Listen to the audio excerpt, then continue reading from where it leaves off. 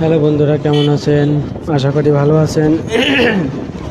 তো আজকে একটু ভিন্ন কথা নিয়ে আবার হাজির এলাম।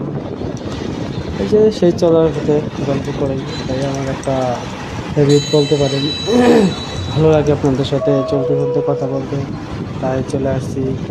তা আমার কথাগুলো যদি আপনাদের ভালো লাগে, আমি গলাটা বসে গেছে তো, তাই একটু এরকম শোনা যাচ্ছে, তাহলে আমার ভিডিওটা শেয়ার করে দিবেন, একটু মানে লাইক কমেন্ট করবেন। দেখেন, আজকাল সোশ্যাল মিডিয়াতে সবাই যেন পারফেক্ট লাইফ দেখায়, ঠিক আছে? রিয়েল কন্ট্রাস্ট, ঠিক আছে, স্লাইটলি সোলার। কিন্তু রিয়েলিটিতে কেউ সত্যি পারফেক্ট না, কেউ ফ্লোলেস না, বুঝতে পারছেন? প্রত্যেকেই নিজের মতো করে স্ট্রাগল করছে। কেউ ডেভিড, কেউ স্ট্রেস, কেউ হার্ট ব্রেক। কিন্তু সবাই যেন ক্যামেরার সামনে এসে একটা নাটক করে হেসে দেয়, হাসতে বাধ্য হয়। কেউ কেউ তার জায়গা থেকে এরকম, যে যার জায়গায় আছে সেই বুঝতে পারে যে আসলে ব্যাপারটা কীরকম। হ্যাঁ, তাই পরিস্থিতি সামাল দিতে গিয়ে বা পরিস্থিতির সাথে ভারসাম্য রক্ষা করে চলার জন্য ক্যামেরার সামনে হাসতে হয়। হেসে বর্তমান সোশ্যাল মিডিয়ায় বিভিন্ন ধরনের কাজ করে, ভালো মন্দ যে যার প্রফেশনে যে যেভাবে আগাতে চাচ্ছে বা পারছে সেভাবে চেষ্টা করে, শুধু নিজেকে আপ করার জন্য। তেমনি মনে রাখতে হবে আমাদের সোশ্যাল মিডিয়া শুধু হাইলাইট দিয়ে, কিন্তু জার্নিটা তেমন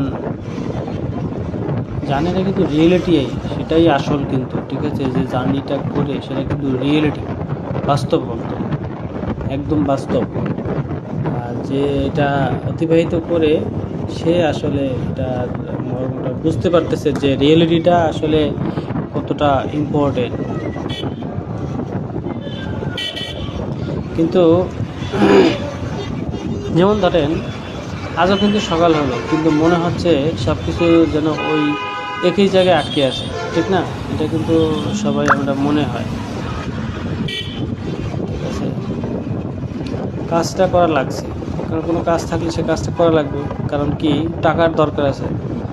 কিন্তু এনার্জি নেই, তখন দেখবেন আপনার এনার্জি পাচ্ছে না, অথচ টাকার দরকার আছে, কিন্তু কাজেরও প্রয়োজন আছে, কাজটা করতে হবে। কিন্তু কেউ আপনাকে বলবে যে ইউ ক্যান ডু ইট,